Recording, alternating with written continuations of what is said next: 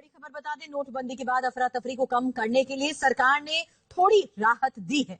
अब आप एटीएम से एक बार में 2,500 रुपए निकाल सकते हैं, बैंक से एक बार में 4,500 रुपए बदलवा सकते हैं और एक दिन में 10,000 रुपए निकालने की पाबंदी को अब खत्म कर दिया गया है। अब एक बार में आप 24,000 रुपए निकाल सकते हैं, लेकिन सप्ताह में सिर्फ और सिर्फ एक बार।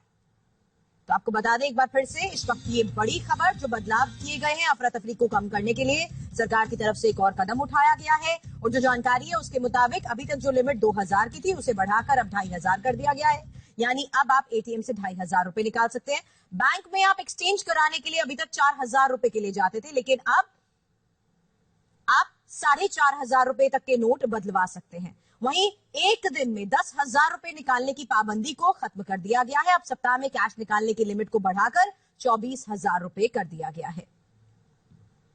तो बैंक से एक ही बार में निकाल सकेंगे 24,000, लेकिन सिर्फ और सिर्फ एक सप्ताह में। तो राहत की दो बड़ी खबरें। आज बैंकों में 500 का नोट भी आ गया है। अब तक 100 और 2,000 के ही नोट मिल रहे थे, जिनमें से 2,000 का नोट तो चल ही नहीं रहा था। मतलब ये कि 2,000 के खुले करने के लिए ही ज्यादातर लोगों के पास खुले पैसे नहीं थे, इसलिए 2,000 का नोट आसानी से नहीं चल पा रहा था। बहरहाल राहत की बात यह है कि अब 500 का नोट भी आ चुका है।